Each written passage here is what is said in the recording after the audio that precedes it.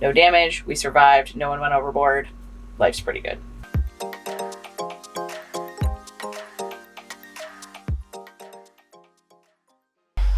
Yesterday, we made it to the bottom of Lake Champlain, and today we are going to tackle our first lock. A couple things that we've been doing, just because we're trying to it's our first lock ever, is we've been going on the website to try to watch videos that they have, the instructions they have, and we're feeling pretty ready. It's just something new and weird and different, and so we're gonna just kind of take a deep breath and jump in. It's taken us 2 days to motor from Mallett's Bay down to Whitehall, which is the absolute bottom of Lake Champlain. It's been almost 80 nautical miles in 2 days, and that included a mast stepping yesterday. So we're very, very tired. We're gonna go through the first lock, Lock 12, today, to go to the free municipal dock that's on the other side of the lock, because we don't want to pay another $45 for the marina we're currently in tonight. And it is not exactly the best weather today, but we're gonna do it anyway. Mast unstepping went really smoothly yesterday, weirdly smoothly. It's a record for us. It was a record, right? It was a record to get the sails off, to get everything ready to go. I think it really helps that we've basically redone all of the standing and running rigging this year, so everything was smooth. We didn't really... All the turnbuckles are brand new, so everything moves nicely. The pins everything's brand new. So yeah, everything's new, so everything just is easier, I guess. So that was really nice, and I think it's also nice because we just recently rigged the boat, only 6 weeks ago. So it feels like we were just undoing that, and that made it easier for both of us, I think, just to be knowing what needs to happen. Record time though. It was record time. I think we did it in under 2 hours. Yeah. Under 2 hours from stealing condition to mast on the deck, 2.5 hours. Yeah. Including building the frame. Yeah. Yeah. So it was 2.5 hours. That included pulling sails off. That included, we had to get the solar panels down so we could move the bimini so that we could get the boom off more easily. Andy had to build the A-frame, and that included actually them taking the crane and lowering the mast in 2.5 hours. We really did not expect to get to Whitehall yesterday, and we're happy we did, because it means we only have to spend 1 night in a marina instead of 2. There's not a lot of places to anchor once you really get south of Ticonderoga. So we're kind of stuck with marinas, but tomorrow it's free municipal docking at Whitehall.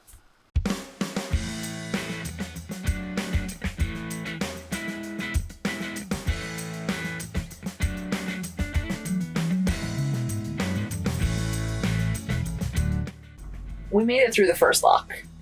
There's very little video footage of it, only because I took enough to make Instagram stories, because it was pouring rain and we were a little nervous, rightly so. So we made it out with no damage, and I think that's the big pro. No damage, we survived, no one went overboard. Life's pretty good. What didn't go so well? We kind of let the stern get away from us in the lock. So I was holding on to the stern rope, but I was kind of holding on the stern ropes kind of midships rather than all the way in the stern. So when the lock opened up and started letting all the water in, it blew the stern way away. We almost hit the bow on the front and on the side wall of the lock.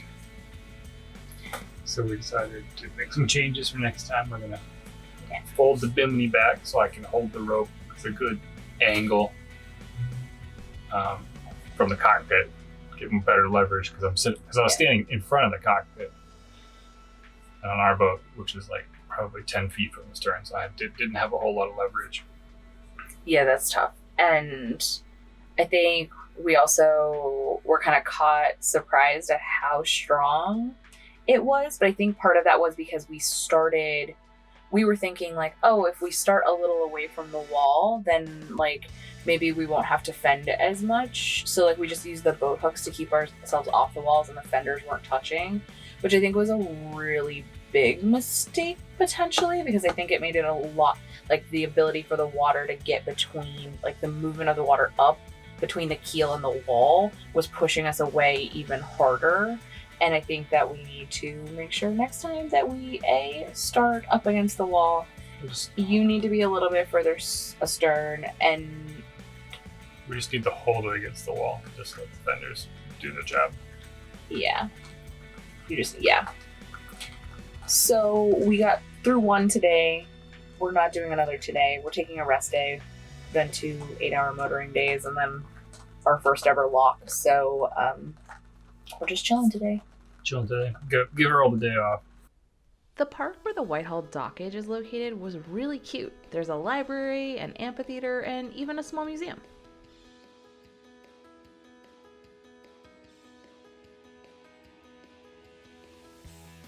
We also made one crucial change to our setup while we were in Whitehall.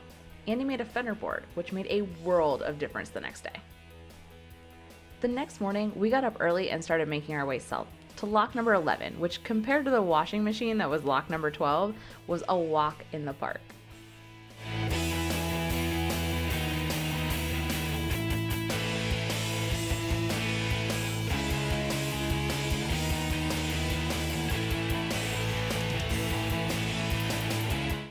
Locking on the Champlain Canal is relatively simple. You hail the lock operator and request service. You wait for the green light to enter the lock and then come along the wall slowly until you're positioned either with ropes or pipes. We recommend using one rope and one pipe where possible, since the pipe gives you a better fixed point than the lines, which are loose at the bottom. It's a good practice to turn off your engine once in position. With 2 people, you stand one at the bow and one at the stern and hold the boat to the wall and use a boat hook to fend and reposition as necessary.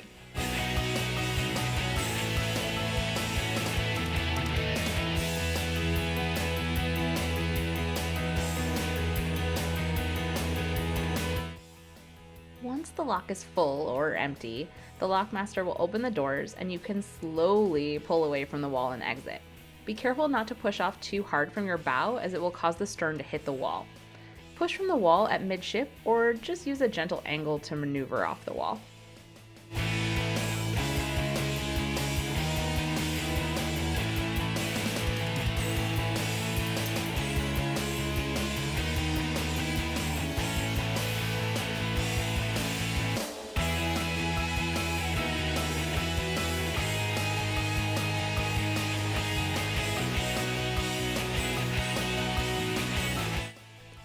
Lock 8 was our first descending lock, and it was so easy. The water isn't at all turbulent like it is with the ascendings, so you can basically just hold onto the rope and down you go. We stopped for the night just south of lock number 7 at the Free Wall in Fort Edward. There were a couple of restaurants, a gas station, and a market all within walking distance, which made it super convenient. Andy's definitely geeking out about the engineering on that thing.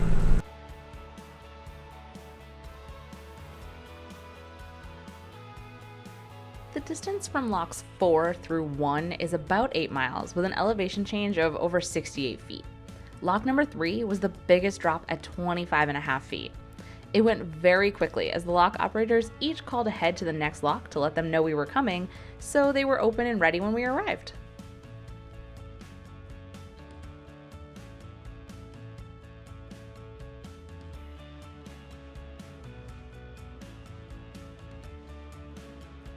We spent our last night on the New York Canal system in Waterford at the bottom of the Erie Canal, lock number 1. Again, this was a free wall, but it was one that was way more crowded and the waterfront much busier. The Troy Federal Lock is the last in the system and slightly different as it only has cables and pipes and no ropes. Once through the Troy Federal Lock, we were in the tidal waters of the Hudson River, which called for a little celebration.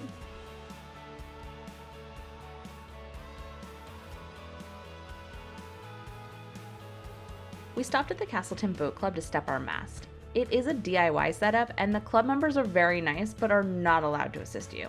The crane moves very slowly and you're exposed to wake from passing boats, so it's not for the faint of heart. This was the first time we've stepped ourselves with the new roller furling, so we did have a little hiccup and had to bring the mast down again and go back up a second time, but eventually everything worked out great.